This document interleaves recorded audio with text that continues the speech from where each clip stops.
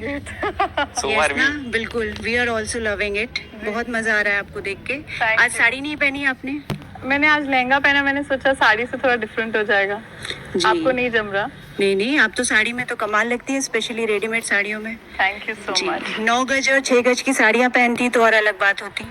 जी आपने शुरुआत में कहा था कि बड़ी खुश हैं, मैं आप सबको बधाई देना चाहूंगी इस फिनाले तक पहुंचने के लिए। नीतू सिंह फ्रॉम दैनिक भास्कर, सवाल सुन दैनिक लीजिएगा भास्कर। जी। आपसे एक बात जानना चाहूंगी, शुरुआत में आप आई थी बड़ी ग्रेसफुल, बहुत खूबसूरत लगी थी साड़ी में, मैंने भी पहनी है, मैं कैसी लग रही हूँ? मैं देख नहीं पा रही, मैं माफी चाहूंगी।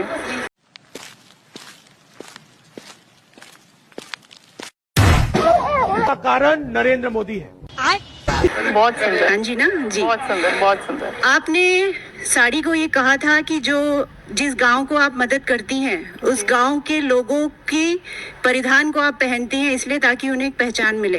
जी आपको ये किसने हक दिया कि आप साड़ी को कमजोर समझें? जो उनके परिधानों पे उनकी हालत और उनके हालात को सुधारने के बजाय आपने ये कहा कि मैं साड़ी इसलिए पहनती हूँ कि उन्हें उसकी पहचान मिले। लड़कियां साड़ी इसलिए पहनती हैं कि वो खूबसूरती और एलिगेंस के साथ अगर कंप्लीट लगना चाहें तब वो साड़ी पहनती है, और ये पावर का एक सिंबल है जिसे आपने बहुत बार डिमीन किया है। आपने प्रणीत को एक कहा है कि भजन गाने वाली और साड़ी पहनने वाली लड़की कभी ग्लैमर में नहीं आ सकती, नहीं लिया जाता। उसी की बदौलत आज आप एकता कपूर के शो में हैं। तो बहुत सारी फैक्ट्रियां हैं आपकी तानिया मित्तल, झूठ की भी एक फैक्ट्री है।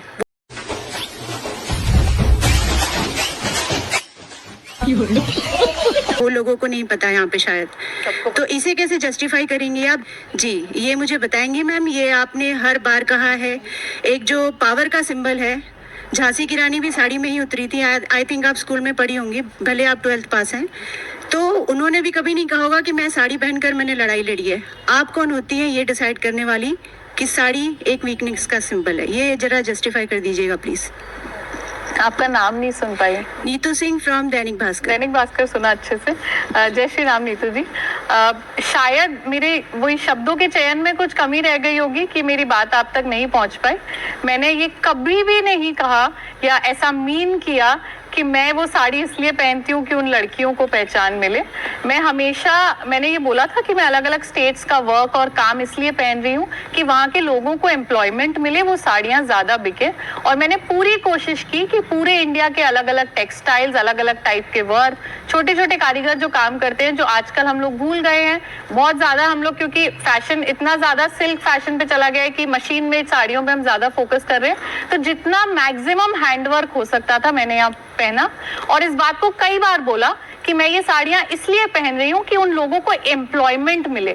मैं कोई नहीं होती किसी को पहचान दिलाने वाली, पर मैं वो जरूर होती हूँ जो एक जरिया बन सकता है जिसकी वजह से वो जयपुर वाली साड़ी थोड़ी सी ज्यादा बिक जाए, या फिर वो लखनऊ वाला लखनवी वर्क थोड़ा सा ज्यादा बिक जाए। मैं कभी भी किसी को डिमीन करने के लिए ऐसा नहीं बोलूंगी।